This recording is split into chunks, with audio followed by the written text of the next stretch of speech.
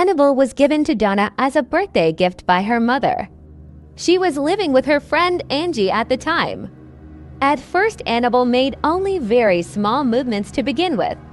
That could be put down to Donna and Angie accidentally moving her. Soon, though, the movements started to increase, and the doll started to move more. Their close friend Lou was very nervous of the seemingly innocent raggedy doll. He believed that she was evil or possessed, and that something needed to be done about it. But Donna and Annie were very progressive in their views, and didn't think anything of the sort and still believed that. Perhaps they were to blame for the movements of the doll. Annabelle quickly became more sinister soon. The girls started to find notes around their apartment. The strange thing was that the notes were written on parchment paper, and neither of the two girls had ever used parchment paper before. The notes said various things, but most commonly, they said things like "help Lou" and "help us." Finally, Annabelle was found with blood on her hands. Donna came home from work one day and found the doll in her usual spot on her bed. But unfortunately, she had literal blood on her hands. It seemed almost like the blood was coming from the doll itself. That was it. It was time for the girls to call in some help in the form of a medium to find out just what was going on with this doll before things got worse. The first medium sat down with the girls and Annabelle.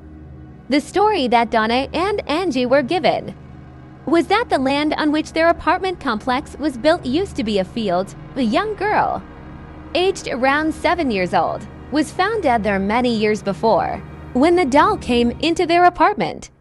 Annabelle's spirit was still in the area in which she died, and because she was fond of the doll, her spirit became one with it.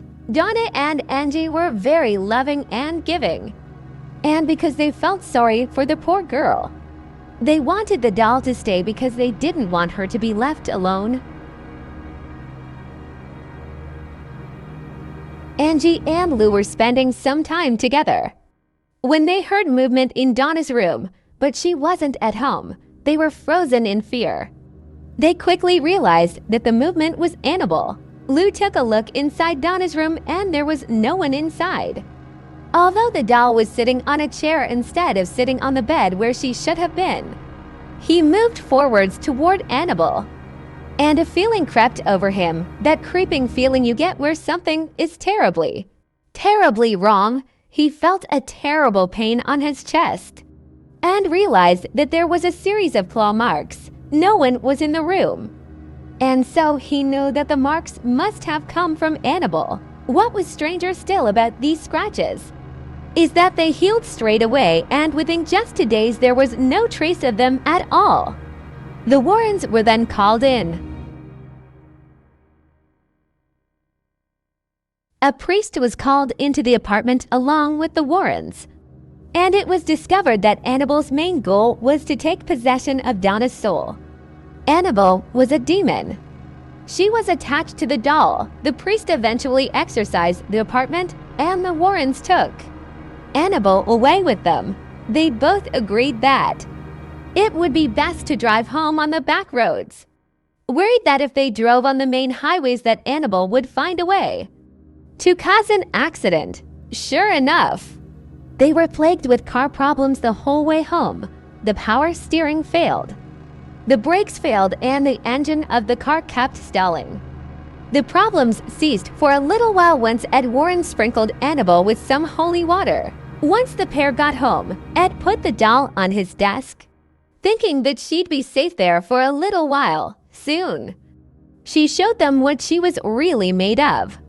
Annabelle was seen rising above the desk, levitating on multiple occasions. Soon, that activity slowed down and stopped, and the Warrens thought that perhaps the demon had quieted. But she was soon found in different rooms of the house, moving around. And when the Warrens put her in one place, she would quickly be found in another. Ed and Lorraine called the priest, but he didn't seem to take it too seriously. and said to Annabelle that she couldn't hurt him because she was just a doll. That was a big mistake because he was in a car accident on the way home. The car turned over. The brakes failed and his car was completely written off, although the priest was badly hurt. He did survive. Step 1, wake up early, gonna rise with the sun. Step 2, get some food in you. Step 3, think real hard about what you want to be.